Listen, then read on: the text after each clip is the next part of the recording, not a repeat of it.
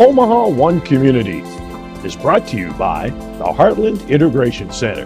Together, we will build stronger communities. Hi, and welcome to today's show. I'm Torri Pantaleon. On behalf of the Heartland Immigration Center in cooperation with Omaha One Community, we'd like to welcome you to the show.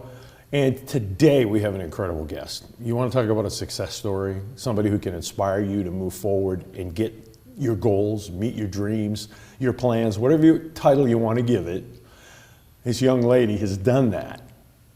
And I'm talking about Miss Tammy Wright. She's an Omaha native, graduate from Omaha North. Go Vikings, right? Yeah. That's right, the blue and gold. You gotta push that. A patient advocate. She has become a member of the board of Metro Community College.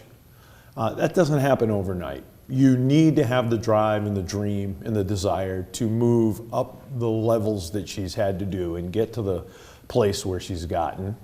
And we just had a private conversation before the cameras rolled, and she's instilled that in her son. Her son has done great things at college, his sound engineering. He's looking hopefully to have a career as a rapper and a writer and all of these great things.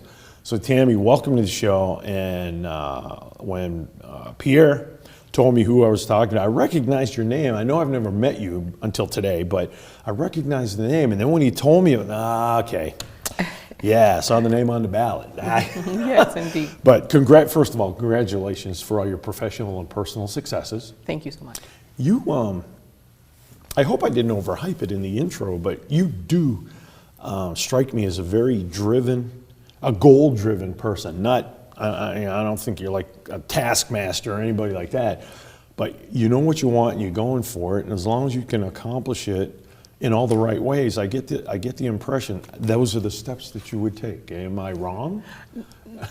You're correct. I like to say sometimes that I'm an overachiever in most things. However, once I put my mind to something, and then I just push myself to reach. Mm-hmm. I know I gave a little bit of your history, Omaha native, Omaha North graduate, but share with the audience a little bit more about yourself. I mean, I'm not asking you to tell us great big dark secrets, but introduce yourself to the audience a little bit. Absolutely. So I'm a mother of three, a widow, and I have a bachelor's in healthcare management and a master's in public administration. And so I wanted to utilize those two degrees, and especially the master's degree in public administration. Right. And I learned about nonprofits and also, of course, public speaking. And I said, well, when the election came, I wanted to put my best foot forward and campaign. Well, I mean, I'm going to say this openly. She's young enough to turn that master's into like maybe a city manager, or you know what I'm saying? Yes. I definitely want something conducive to my degree. However, currently I'm in an entry-level position, right. But yeah, definitely. So did you always have designs on getting that grad degree, or just you thought, well, I'll get the bachelor's and whatever happened? Because I know when I went through that process, when I got my master's, everybody was like, oh, that is so great. This is how I reacted. It's done. Tell us about that journey for you. Indeed, it was. I was raising two teenagers at the time that was at home, and so I had to have a family discussion and say, I would like to go for my master's. This will be difficult times for us, and it was. And they were in agreement, but nonetheless, it was extremely tough.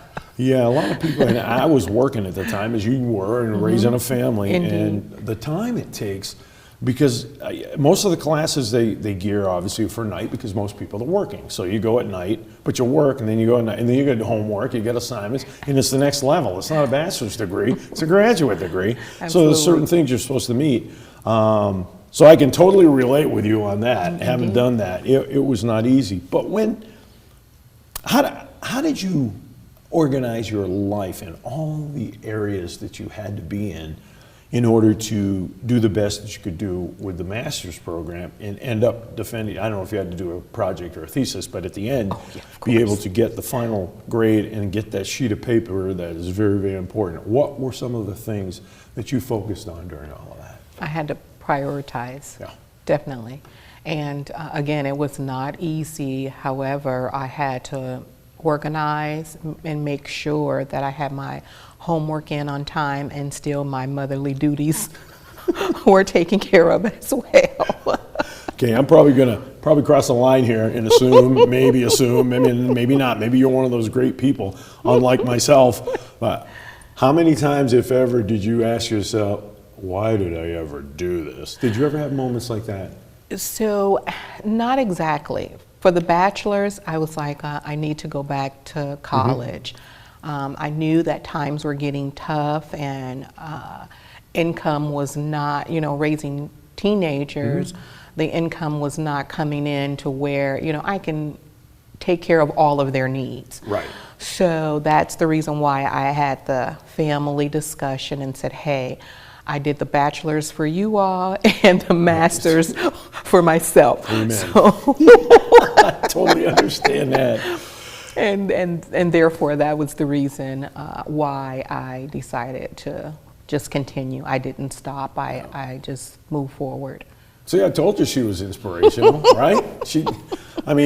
Who can't get fired up after listening to something like that? Seriously. It's great that you can share that story.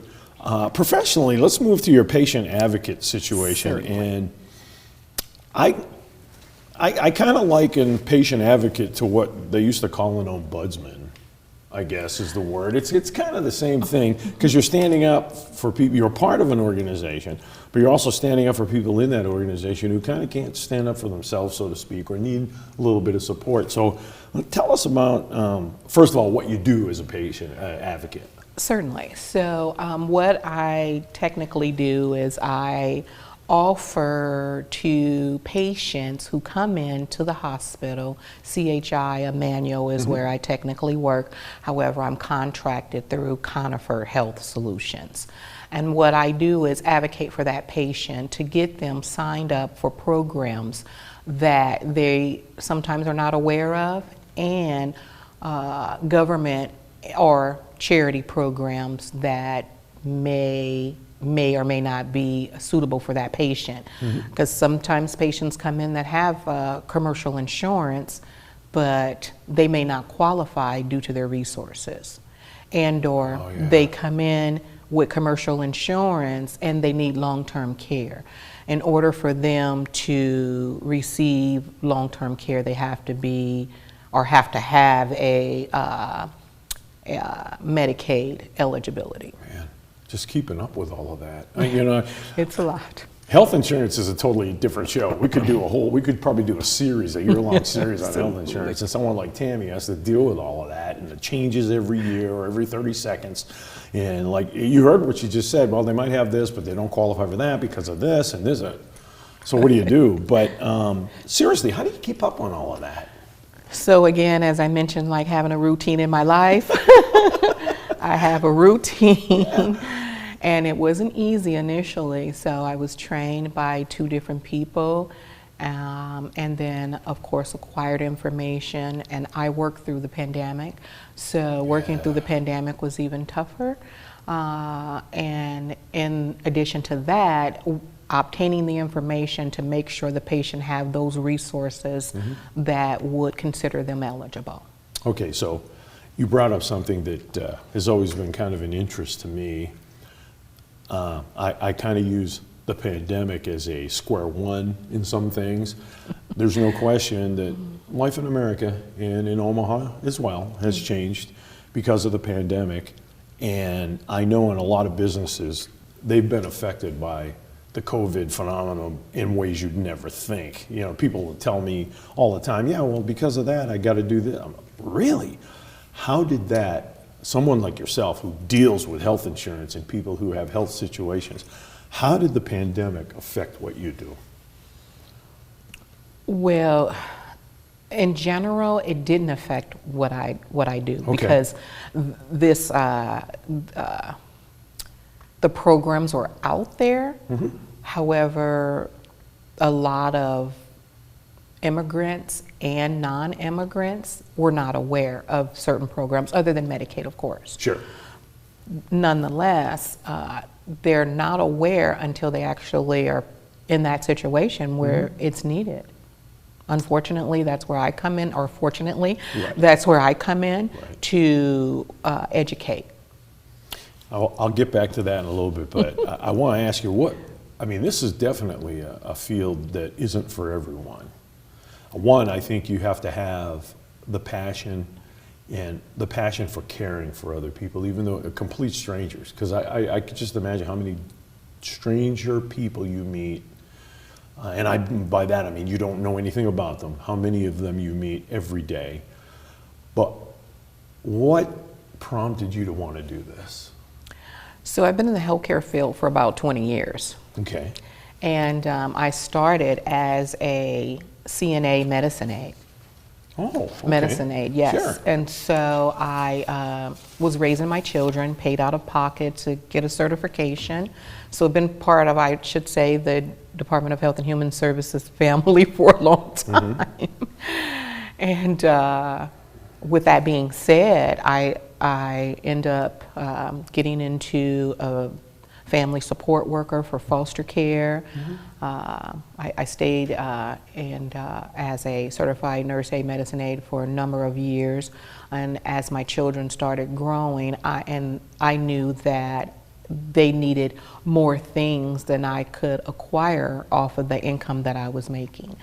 And so I advocated also for increase in higher waging, due to the fact that I too was the minimum wage person raising a family, and it was difficult. There was no way that I could have paid for child care off of the income I was making. So I was blessed to have a support system that basically raised my children while I worked. And in addition to that, to answer your question, it allowed me to go back to college and continue. So because I've had the passion for assisting elderly, it just moved around to being a family support worker for foster care, and then currently here I am advocating for patients in a wide range of patients, from babies to elderly, as well as the in-between ages. Okay, so then I'm guessing what you just told us kind of typifies your regular day. Because you'll have, you could have a baby at 8 and at 9 o'clock have a senior citizen, and maybe at 10 someone in between, and all the situations are different. Absolutely. You're dealing with Medicaid, maybe commercial health insurance, maybe none of that. So how, I guess the question I would ask, when you have all of this going on and then you're dealing with newcomers to the community, what, if any, are the challenges with all of that? There are often a lot of challenges when non-U.S. citizens come into the hospital and they have a critical need. However, they're not always aware of financial assistance, which is charity and/or emergency Medicaid that they could apply for, and that's where I come in to assist in that arena. You know, this thought just crossed my mind while you were talking. Are you one of the personalities, because I can just imagine some of the situations you've experienced. Can you leave that at work when you go home to your children, or does some of that stuff come with you? I'm the opposite. So because of being a certified nurse aide, medicine aide when I was, the training at that time was you attach and detach. And so I've learned to do that very well, but there are times when there are some critical cases that may touch you. I mean, you would be heartless not to say yes to that question. Yeah. So how do you deal with that, though, when that happens? How do you deal with that? Well, I am a God-fearing person, so I know how to, ask God to give me strength. Good for you. That's good advice for anybody. I'm glad you said that. Okay, so now fast forward, and now you're looking at Board of Governors of Metro Community College, Tammy Wright. Okay, so now she's changed the hat, as she said before. What made you want to run for an elected position like this? Well, excuse me, I've always been curious about the political arena, and I was advocating, so to speak, on the sidelines through my Facebook page about certain things that made a difference to me and are not, and so I basically talked to some people, and good. I know some people, Yeah. and then I just put myself out there and said I want to sit at that table. Wow, interesting. However, I campaigned on my own.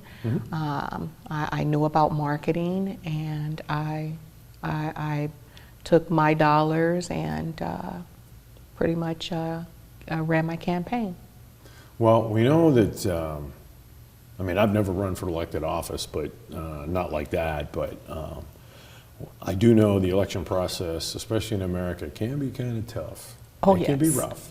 And it's not cheap either. You can't, I don't care what level you're at, you just don't just show up and run. It costs a little bit of money. Absolutely. So, I know you talked a little bit about this already, but what in that area of emotional stress or toughness or public perception and money, what was your experience during this campaign when you were running for office? I like to tell you that it was easy. However, during my campaign, I actually had a ruined tendon. So I was bedridden for 7 weeks during my campaign. Wow. So in the process of my campaign, I was in a boot. Holy smokes. And Man. yes. So I had a shredded tendon, and I was seeking several opinions to have the surgery done.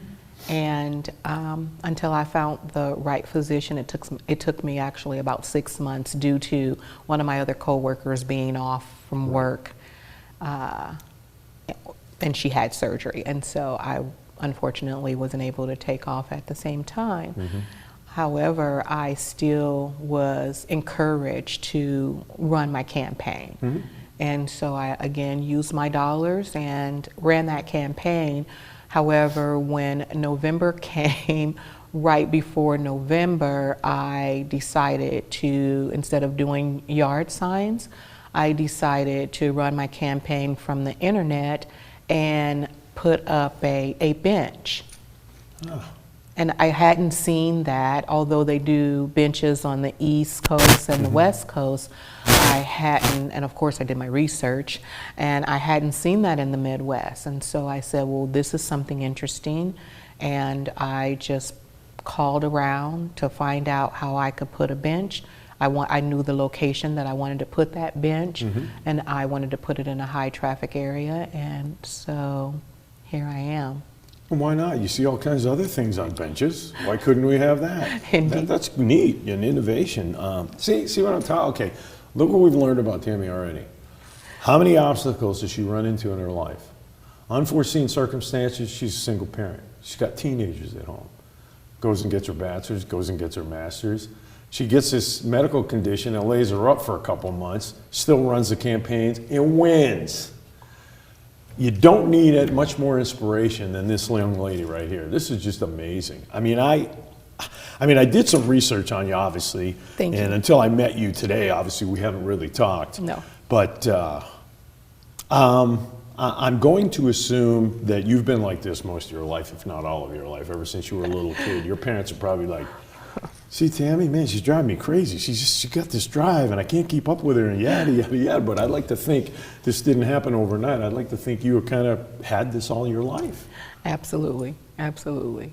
I've just always been a go-getter, and if I see somewhere in my life that I can make a change and I want to improve, then I do so. Have you ever stopped to think how you got that drive or where it comes from? Or it's something within, and I always like to say that my Savior, He encourages me, and, you know, when I pray, He gives me the strength, and I'm consistently asking for strength to carry on. Amen to that. There's times when, you know, I don't want to give up, but I always remember the word saying, fight a good fight. That's right. Yeah, I mean, if you do the best you can do. And then, you know, we also, for those of us who do understand the scriptures, God also doesn't bless foolishness. So you need, but if you seek His strength, He'll tell you when it's time to cut your losses, so to speak, to use current vernacular. Doesn't mean you're losing. Doesn't mean that you've made a bad choice. It's just that God's like, okay, well, you're not going down that path. I got another path for you. And you need to recognize it and not fight it. Thank you for bringing that up. Getting back to the Board of Governor for Metro Community College, how important is that position, being on the Board of Governors? That position, I am extremely proud of sitting on that board. I'm learning about legislations, and you know, oftentimes I watch that channel, and I've watched that channel since I was a little girl, and I always reference back to that cartoon that used to come on that talked about the bills. And so, oh yeah, School of Rock, I think was it, yeah, or something like that. Yes, yeah. indeed. And so, growing up, I just found interest, and I continued on to study and to listen, and I am very intrigued with the policies, the bills, and to be sitting on that board, learning about the college itself, making decisions on the community, as well as the community college. I can see some crossover and blending here, because you gave us your history about the things you did before you became an advocate. And no-brainer, all those stuff that you learned obviously has helped you being an advocate, okay? Absolutely. And now, being an advocate the time that you have, I can see some crossover with some of the things that you deal with on the Board of Governors. I mean, this is just an incredible career. I mean, do you find that to be true? Absolutely. But I have to also say that over the years, my daily prayer was to have the Lord or God order my steps. And He has. You can never go wrong with that, right? You never go wrong with it. It's also refreshing to have someone of spiritual faith in positions that you are in, because I think, I'm getting on my soapbox here, folks, but I think we need more people like that in our not just Omaha community, but in the United States in general. Yes. I mean, over the last few years, there's no question we've become very fractured. Oh yes. And I think if we can look toward heaven and let God guide us every day, oh yes, that would be incredible. Indeed. You know? What would you like to see us as a community in Omaha work on? Do you have any thoughts about that? Excuse me, I do. I would like to see, I had mentioned collaboration. And I know that certain organizations collaborate with certain organizations, like, for example, private and public sector. Public sector collaborates with public sector, and private sector, collaborates with private sector. And I think what needs to be done, and in some cases it is in some arenas, collaboration with public and private sector. Yeah. That would really change a lot of things. Yes. You know. What about, let's get specific about the newcomers, the immigrants. What message do you have for them? but as well as the underprivileged, as we've talked about in our community. Absolutely. But newcomers, well, I'm a first-generation American. I can say my dad came here, and he knew nobody, barely spoke the language. Yeah. Actually went across the country, met my mom, they got married, had a family. My dad started his own business. What more American dream is that? So when you have newcomers, and if they're underprivileged, new to the community, what can you say to them? I would like to say to the newcomers to obtain as much information as they can, because oftentimes what I've learned is that there's not too many organizations that will market or advertise towards those immigrants. Mm-hmm. And I believe that change needs to be set forth. Okay, so if you are a newcomer, or if you're someone who knows a newcomer, or someone who's in a situation where they don't quite have the funds to get where they need to go, tell them about patient advocates in general. But obviously I can't say call Tammy, because I mean, she's not like her own business. Right. But someone like Tammy can help you. You know what, I'm going to ask Pierre if we can have you back. This has been incredible. Oh, and we thank you. didn't really get to touch a lot of the stuff I wanted to, but you know what? Yes. You're a great inspiration. Your children are blessed. They should feel happy that they have you as their mom. And as a community, a member of this community, I'm glad we have people like you doing the job you do. Thank you so much for spending time with us today. Thank you, Torri. I appreciate the invite. Okay, so this has been for the Heartland Immigration Center in Omaha One Community. I'm Torri Pantaleon. She is Tammy Wright, patient advocate and Metro Community College Board of Governor. Thanks for watching today. We'll see you next time. Bye-bye.